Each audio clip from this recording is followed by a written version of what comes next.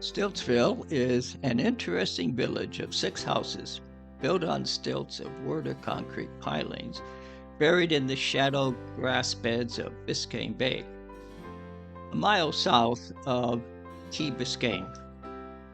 In its prime in the 1950s and 60s, it consisted of 27 buildings, from simple houses to sprawling social clubs. But out in the open as they were exposed to the extremes of weather, such as major storms, especially hurricanes.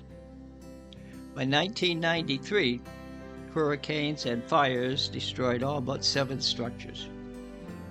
One more house burned to the waterline in 2021, leaving the 6 we see today.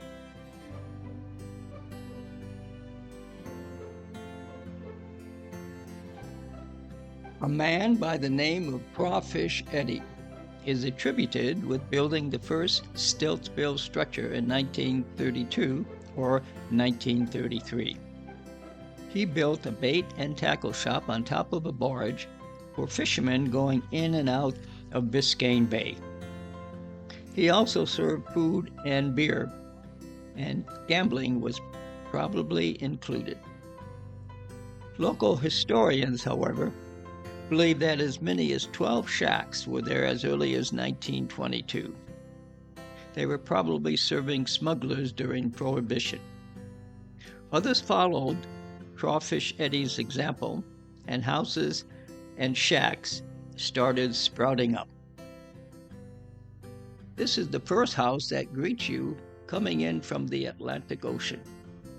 The A-frame house is a unique architectural structure with pilings that pierce the roof and walls and that meet above the roof as a point of a triangle. It is hoped that this design will hold up better in a hurricane. It has a second, smaller building connected by a deck that has a sun deck on top. Here you can better see the A-frame pilings piercing the walls and the roof. As is typical with Stiltsville houses, the water around part of the house is shallow enough to walk in.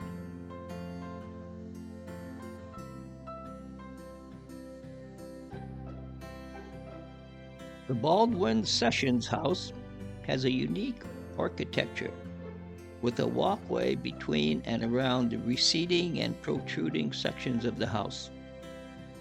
It is fully furnished with a modern kitchen and features a shower with a window from floor to ceiling overlooking Biscayne Bay, like some on modern-day cruise ships. Ted Kennedy held his bachelor's party for his second marriage here. There was a steel drum band, platters of food, and plenty of booze.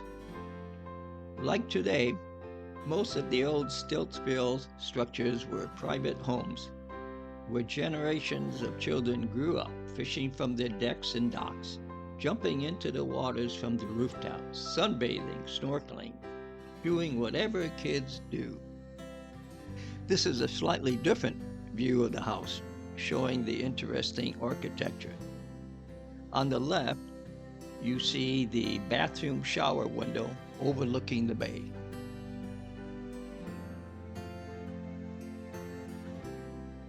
Jimmy Ellenburg was a former University of Miami football player whose family had a house in the flats.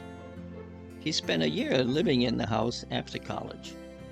He was a businessman and opened the popular Jimmy's Hurricane Drive-In restaurant that operated from 1950 to 1965.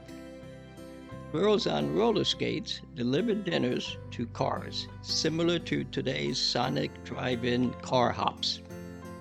When Jimmy died in 1994, his ashes were spread around the house. The Bay Chateau house was built in the 1960s. It is a 2-bedroom, 2-bath house with a modern kitchen and a sunken floor living room and dining area. The insert shows the lanai just off the deck with modern furniture like any house on the mainland. Like the Baldwin-Sessions and Ellenburg houses, a chateau sits high above the water. The house is surrounded by a deck with a stairway leading down to its water level dock and a deck under the house.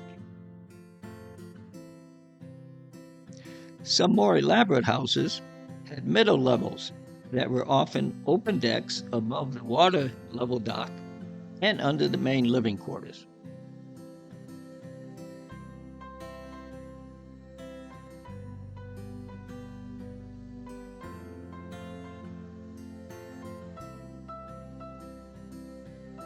Most of the buildings were on either side of the Biscayne Channel, a major east to west cut linking the Atlantic Ocean with Miami through the Biscayne Bay.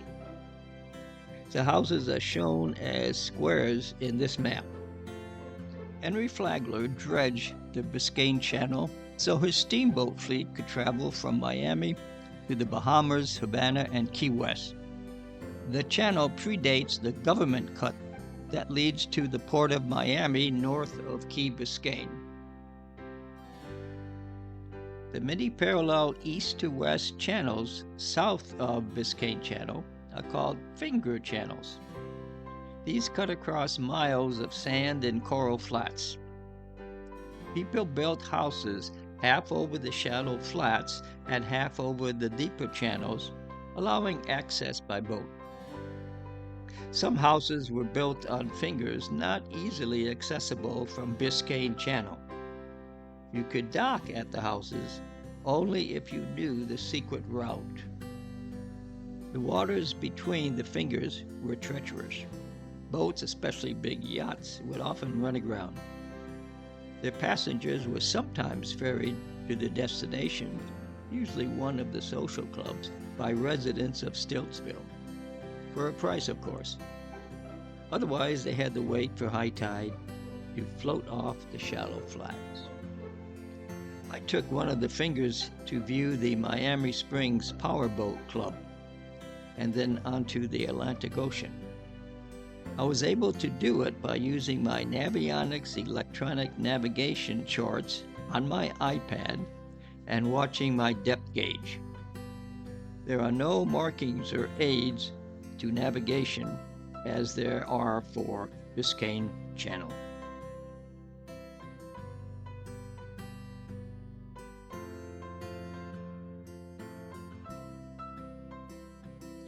Here are the instructions for building the foundation for a Stiltsville house using a barge or a yacht. First, find a suitable location on one of the fingers. Then wait for the highest tide of the month. Then you get as much speed as the barge or yacht is capable of and run it aground as far into the flats as possible. Secure the barge or yacht with pilings driven into the seabed.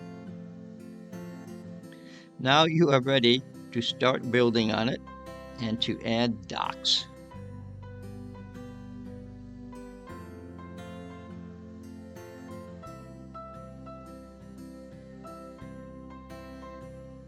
In 1938, the first social club, the Calvert Club, was added to the existing houses and shacks. It was small, with a bar and lounge, but could easily accommodate 40 people. It became a major tourist attraction and was so popular that postcards are printed with a picture of the club on them. It was where the social elite of Miami gathered. The picture shows the Miami Beach Rod and Reel clubs outing in 1938.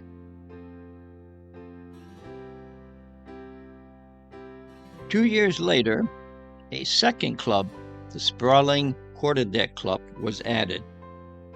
It was a private gentlemen's club with a membership fee of $150, but only by invitation. It was half the size of a football field, being 140 feet by 80 feet.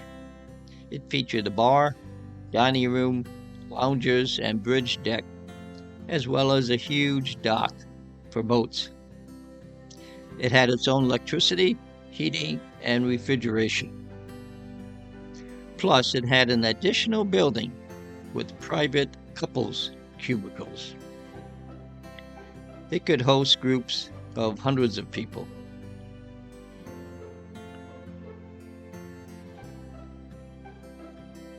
By 1945, Stiltsville consisted of 12 houses and 2 clubs.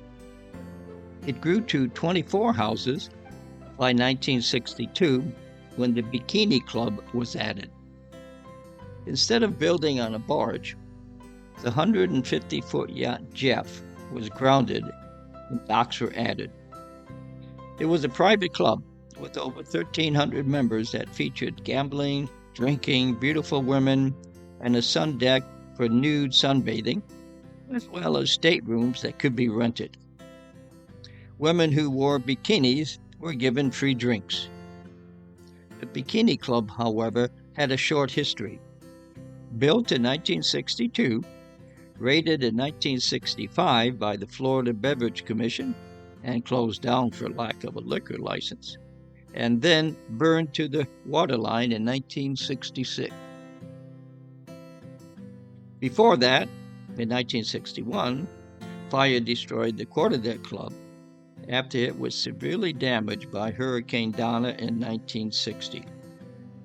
Finally, in 1992, Hurricane Andrew destroyed all but 7 houses. This is the Miami Springs Powerboat Club building. A group of boat enthusiasts built it around 1951. It is the oldest of the remaining Stiltsville houses. They learned of a barge that was for sale for $1. They proceeded to buy it and then ran to the ground on the Miami side of the Fingers. The building has 2 levels.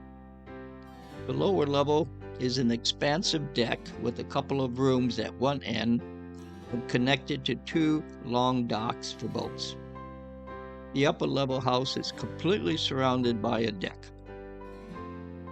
It is the most popular of the Stiltsville houses because it is capable of hosting large groups such as Boy Scout troops, sailing clubs, and more.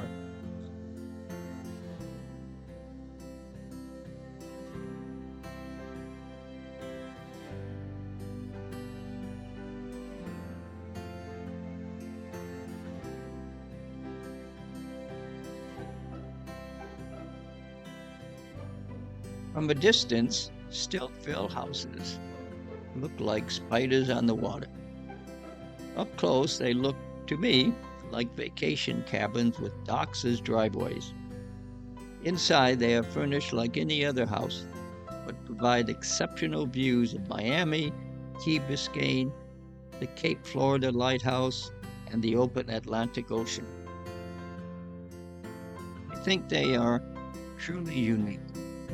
And ever since I saw a brief view of them in a sailing travel blog, I knew I had to see them firsthand. And I know I will be back to visit them again.